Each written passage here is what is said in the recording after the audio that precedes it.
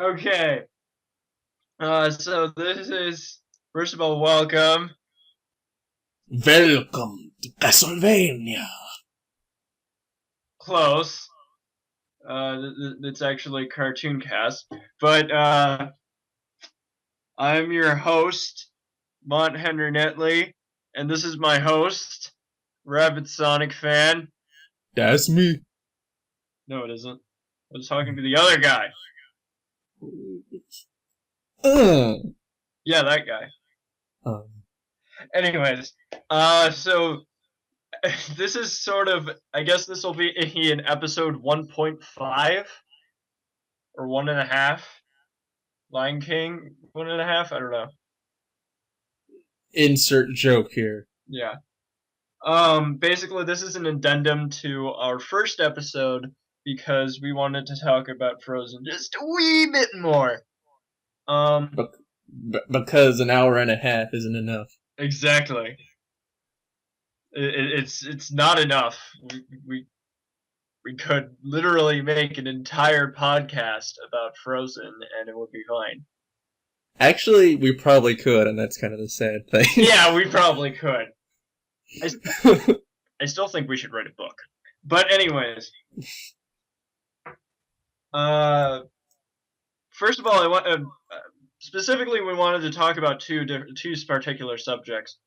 A, more spoiler territory and specifically Hans, Yes. and two, I really wanted to go more in depth with my opinions on the songs, Yeah.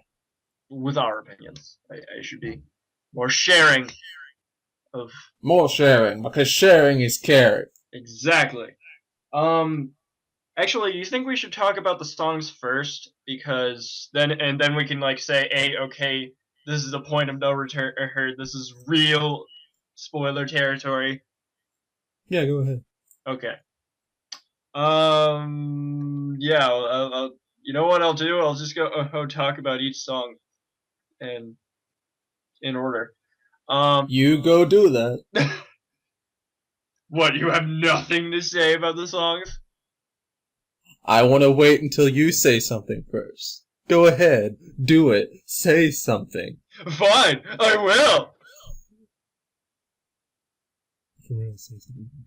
Okay. Anyways, well, first of all, um, I wanted to clarify what my favorite song was because I did say that it was as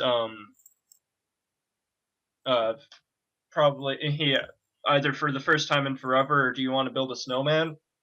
But I kind of wanted to specify a bit more on that. Yeah.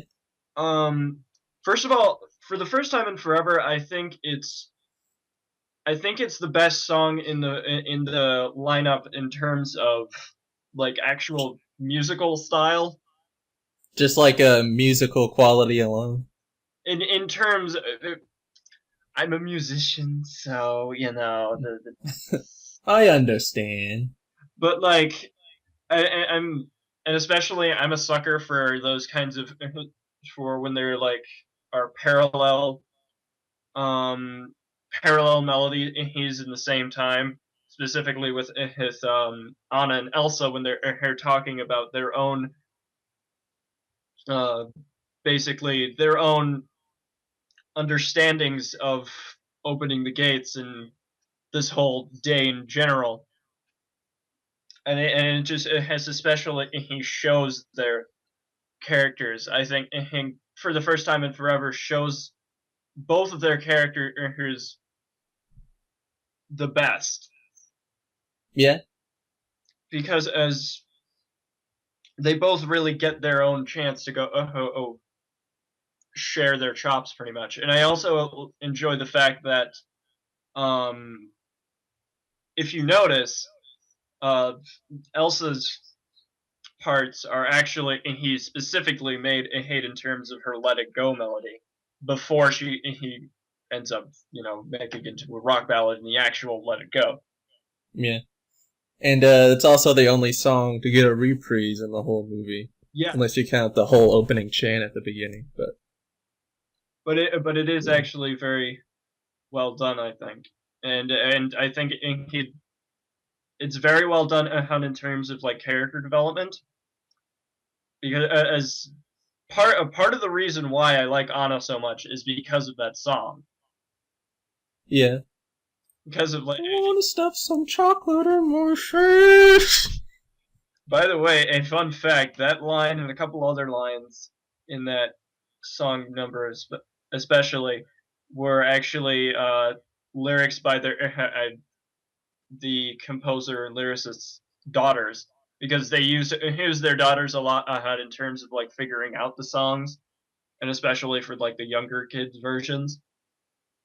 Yeah. And so she like they asked her they asked their daughter or her for a lyric that would make sense there, and she said, "I don't want to stop the joke." And I know one of them played the youngest version of Anna, at least when she was singing. Yes, yes, it was the same person. I'm pretty sure. Yeah.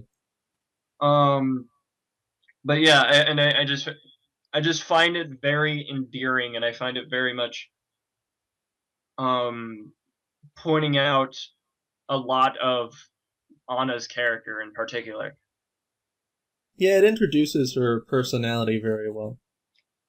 And I also like Do You Want to Build a Snowman for similar reasons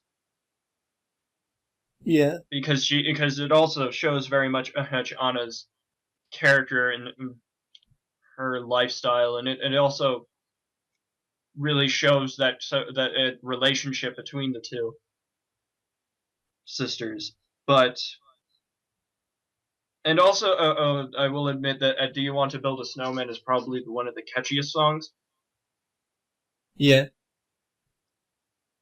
But I don't know if it's one of my favorites in terms of musical musical, quality, even though I still like it a lot, but it's definitely the strongest in terms of emotions in yeah, the movie.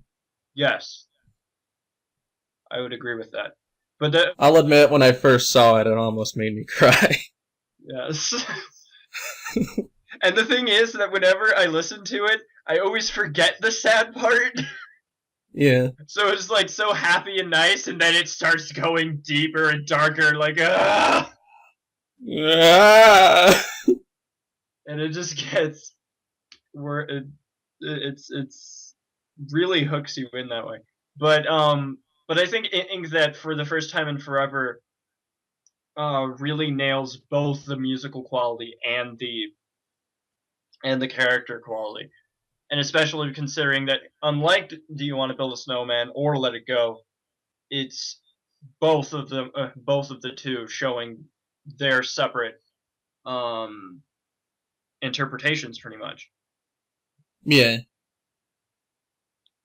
And I just find it very well done, I guess. Yeah, I guess. I guess. I mean, I guess.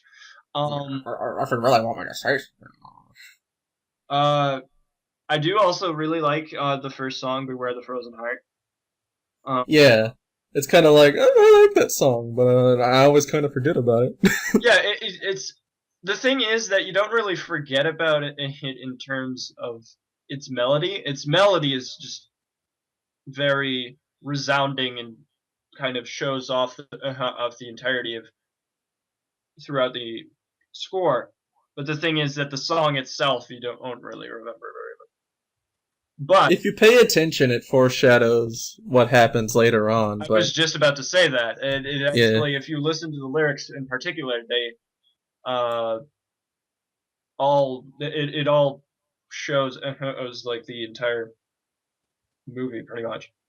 Though, one thing about it is that it's really the only song in the movie that's not Broadway.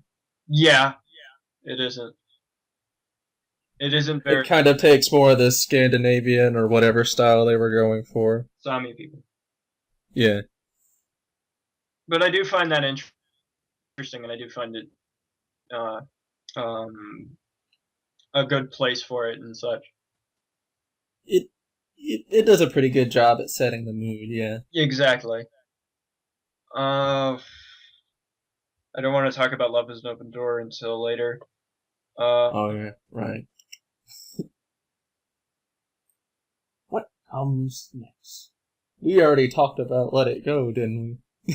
Well, we talked about the fact that it's been pretty much an anthem for like, and I can perfectly understand why. It's a very good ballad, and it's a very good uh full force, and Let It Go is also the song out of any of the other songs that fit well outside of the movie.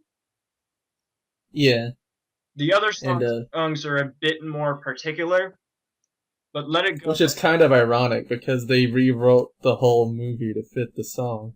Yes, although actually that does actually make a lot of sense once I think about it, because um, that's actually what is very common, like in early musicals, very early musicals, like um, in very early Broadway musicals, they would had pretty much make the musicals based around one single song, so they could sell that song on an album before or her radios or the internet was around.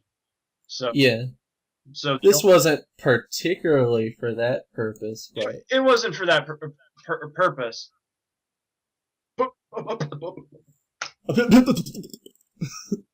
It wasn't for that purpose, but it could explain as to why it did end up having that effect.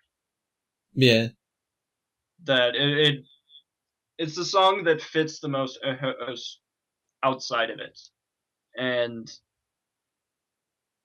I can and that understanding, I can understand why it is probably one of the most. It is the most popular song out of all of the soundtrack. Yeah. Yeah.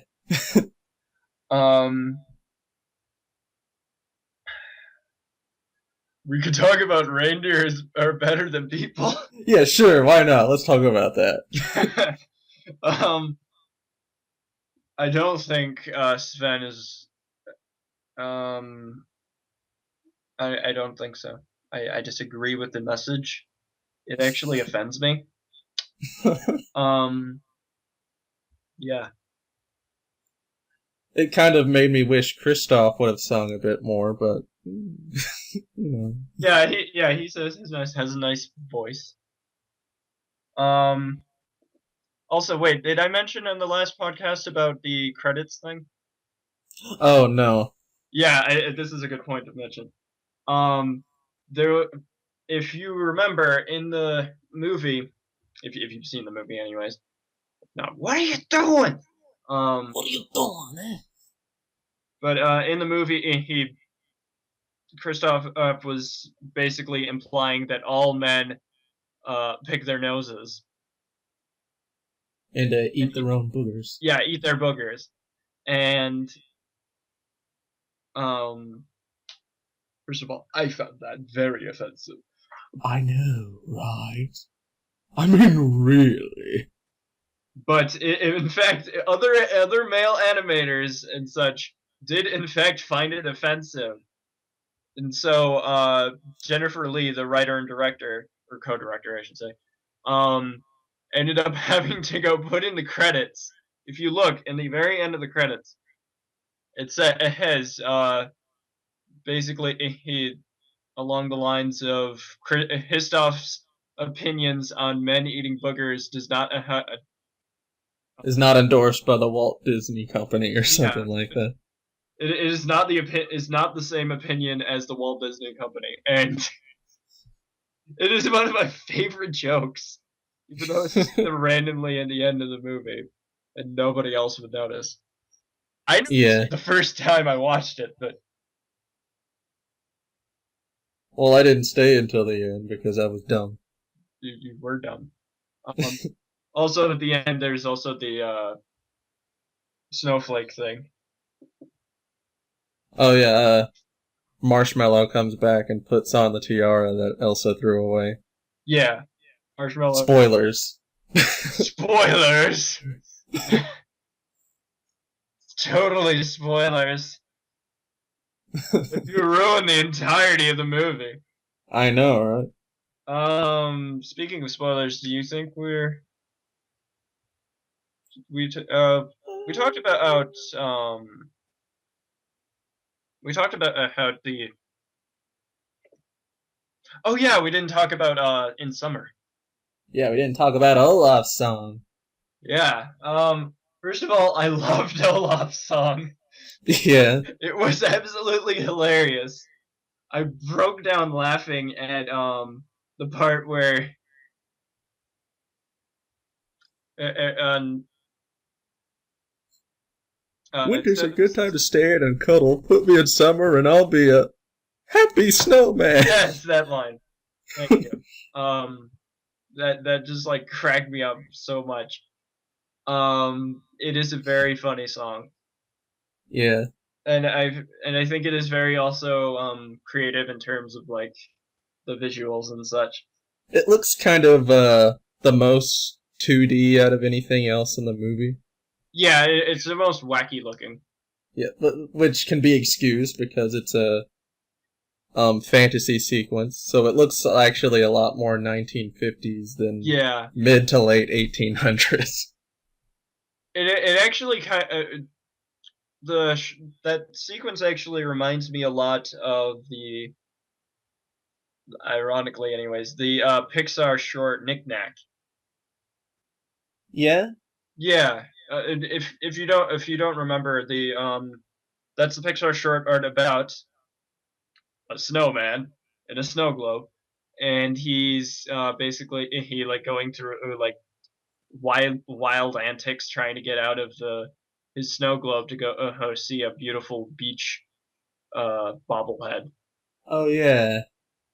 and it's very silly and it's one of my favorite Pixar shorts, but it just um it kind of reminded me of that for some reason.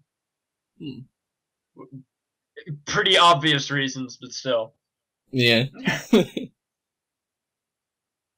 Um, but so is there anything else? There's Fixer Upper, but we kind of already sort of talked about that. Yeah, just to let you know, I do actually like the song "Fixer Upper." It's just my Yeah. least favorite of the batch. Yeah. I can understand that. I do still actually like it. I want to go make that clear. It's a catchy song. Yeah, it's But yeah. We've exhausted all the songs now because that was the last one in the movie because there's no more for the last 30 minutes. which still is just silly. It's weird. They should have Yeah. had a song at the end, but They were going to, but it but didn't fit anymore. yeah, it didn't fit anymore. It was a reprise of a song that wasn't in the movie anymore. Yeah, because they replaced that song with With a the First Time in reprise. Forever reprise. So So they couldn't use a different reprise because they used the original version and replaced it with a reprise of a different song.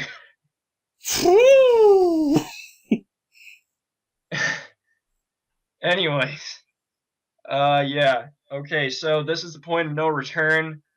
We're gonna go talk at least a bit more about spoiler territory. Yep. Yo. So if you don't want no spoilers, don't watch this. Go watch the movie instead. Yeah, go watch the movie and then come back. Yeah, exactly. Because surely you want to listen to more. We'll be waiting. Still waiting. Okay, we're done waiting. Let's talk. Yeah, okay. So first of all, let's talk about in terms because we were talking about the songs. Let's Love is an Open Door. Um, It's a love song and a villain song at the same time, kind of, sort of. but the thing is that it's there used to be a different song which we didn't talk about out the deleted songs, I admit. But Yeah. They were good too. It's just they don't fit anymore. Yeah, they were good songs. We would talk about them, but then we would take forever. Um, Yeah. but in particular, I do want to talk about the difference in terms of the "Love Is an Open Door" and the original alternate version was called Yeah. "You're You," and "You're You" actually is a much more foreshadowy about Hans's villainy. Yeah. I like the message it's trying to get across though, that even though he knows she's flawed, he still likes her anyway for who she is. It's a nice song. Yeah, it's still a good song that you wouldn't necessarily tell on the surface, and it's a very nice song otherwise, and it could totally work outside of the film as a very nice love song. But in the contents of the film, it also is very much a good way of foreshadowing the fact that Hans is kind of a jerk, anyways. Yeah. Though I kind of wish they did do that a bit more, because, like, Love is an Open Door is literally the only time they foreshadow it, and even then, It's it's very very subtle. subtle. Yeah. And if you haven't picked up on it, there's the place where in the very beginning of the movie, in the beginning of the song, I should say, uh, when Anna was saying like what she wants, and Hans goes, "I know, right? Because all of my life I wanted my own place." Yeah. And There's also, like, another part there, which is, like, I ended up having to look. I looked at the lyrics one time and I never knew this. Like, when Anna says, like, I see your face. At the same time, Hans says, I see your place. exactly, So, you never notice. exactly, all the entire time, and the whole fact that it's literally love is an open door. Yeah. Very metaphorical, this song. Yes, it's a very metaphorical song, but the thing is that you would never notice unless you like looked up the lyrics. Yeah. It's like it's a good thing that this movie took off the way it did, and so many people are overanalyzing this movie to new lengths of movie Yeah. over analysis I because still don't quite understand it, but we would still probably because otherwise we would probably never notice this. Um, yeah, otherwise we'd probably be like, well, I came right the fuck out of nowhere. exactly. It is a, but other than that, there's like so little other points to it besides that, and as well as the in the very end of the movie, when they all go to try and capture Elsa, and when like Hans is like pointing the arrow, and you think, oh, he's trying to move the arrow so that it will uh not hurt Elsa, but it's actually making it that he's trying to make it look like he's doing that because he's actually pointing it to the chandelier so the chandelier will fall on Elsa and it would be an accident. Yeah.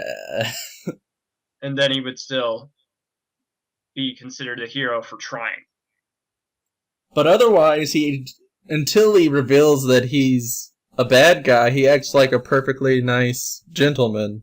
Yeah, it's like it's a very much a heel face turn in terms of like how is it a heel face turn or a face heel turn? I can't remember which one. I think it's Hilton. I don't know.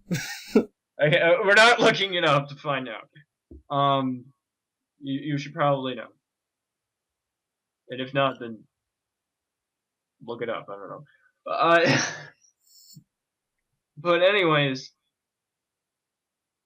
the point is that he's very subtly done, Yeah.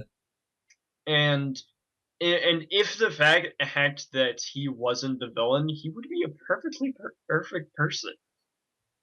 Yeah. He would be a perfectly fine person. I was not I mean, in the back of my mind, and while watching the movie, I was kind of thinking, where are they going to go with this? Because obviously, Anna's probably not going to get going to end up with Hans. She's probably going to end up with Kristoff because of Yeah. the whole Me too. Um, resounding message that they're slamming into it. But I yeah. wasn't sure how. Me And too. I admit I was a little suspicious when Anna just suddenly left him in charge. yeah, But then, like, I immediately trusted him again when he's like, Elsa, don't be the monster they think you are, or something like that.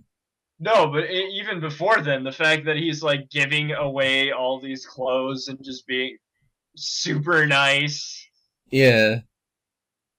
Like, how much was that of a show? Seriously, I wonder, actually. I do wonder. Like, how would he be? Because, like, would he have treated the people pretty well? It looks like it.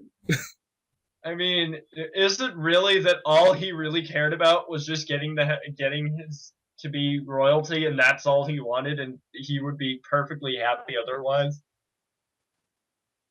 I mean, yeah, he was trying to kill Elsa, but besides that, Well, and Anna as well. well, that was afterwards. Well, yeah, it was more of like a happy coincidence for him, so he could just like leave her to freeze. But But no, he didn't want to. He didn't want Anna to die. He wasn't planning on killing Anna. It's just the fact that it had Anna dying because of Elsa gave him reason to kill Elsa. mm, That's the only reason why. Otherwise, he probably would have just didn't really care that much about Anna. yeah, He wouldn't have. He wouldn't have to kill her. no, He just wanted a happy accident in Elsa so he would take the throne. But once he would be taking the throne, he wouldn't care. no, Um, but in other cases, though, oh, he's a perfectly nice guy. And when I was watching the movie, in the back of my mind, I was thinking that there are multiple ways that this could go down. That he could be somehow a villain, but I don't know. That doesn't really seem very likely. He's a pretty nice guy.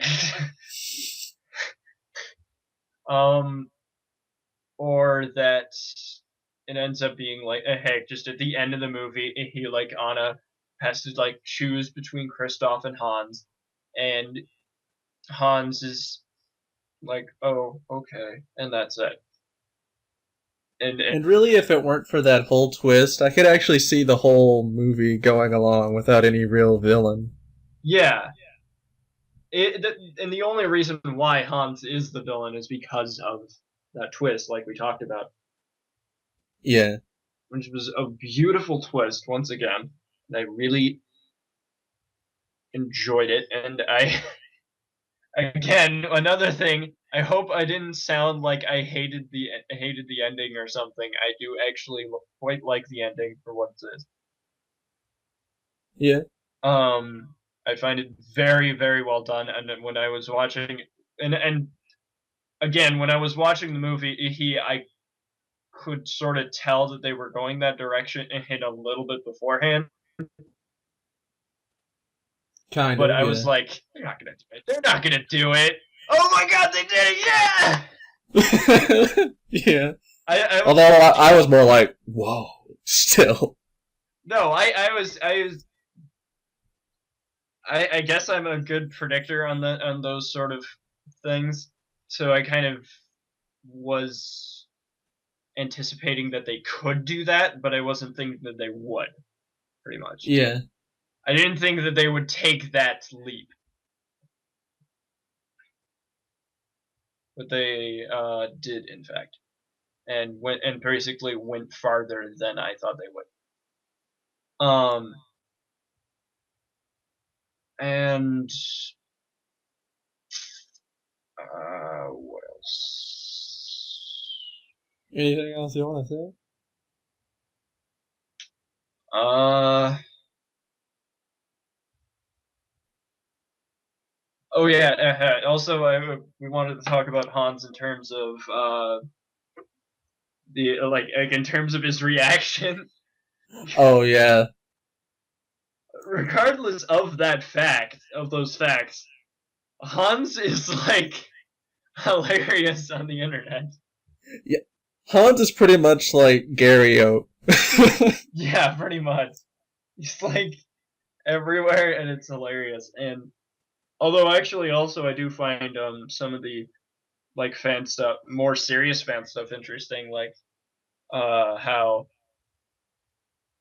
one of her famous feelsy pictures of for Frozen is the uh Hans as a child, and his mother are saying, "Oh Hans, if only there was someone who loved you."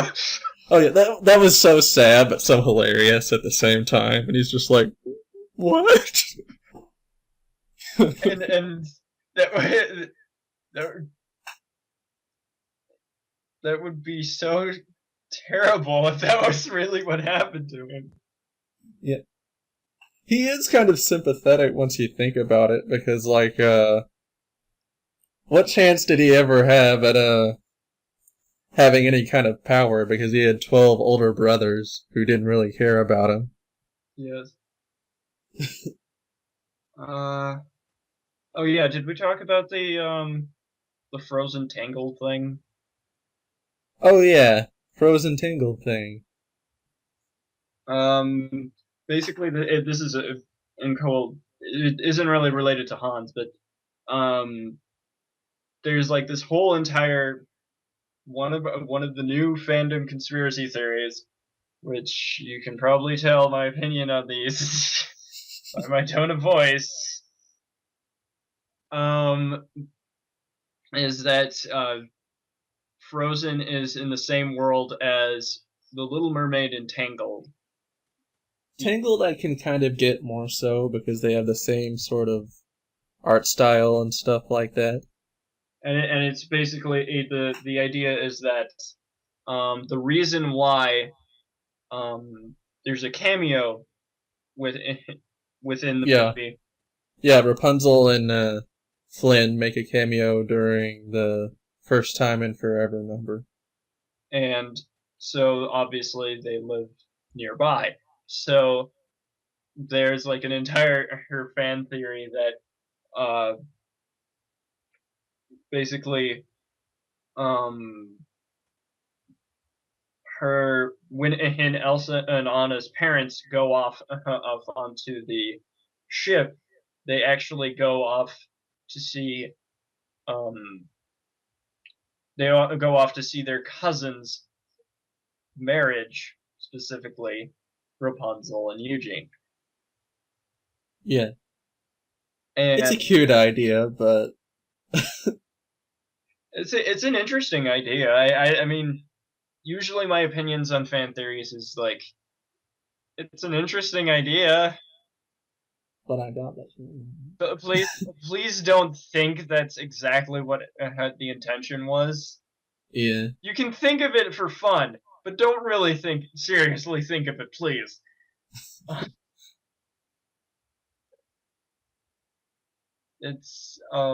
But yeah, that's basically my opinion on it. Yeah. Anything else? No.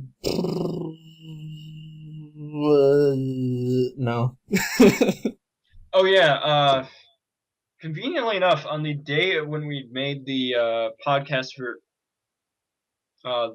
the original podcast was the same day as like a Q&A with Adina Menzel. Yeah. I included a little bonus of that at the end if you actually stuck around that far. Oh, did you? Yeah. I didn't even notice. Uh, I'll have to go rewatch it, I guess then. Why didn't you tell me? Because. Those were my questions. Well, if you were like me for some reason and didn't notice that, you can go ahead and do that. But did you ask those questions and such? No, by the time, I was almost about to, like, finish editing the video, so, like... You didn't get the chance to go ask the questions though? No. Oh, okay. We were going to ask her a couple of questions in terms of Frozen, but I guess you didn't get to answer them. Nope. But alright, that's pretty much it.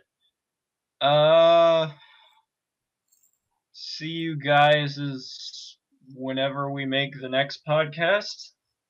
Whatever that'll be. Which hopefully will not be Frozen.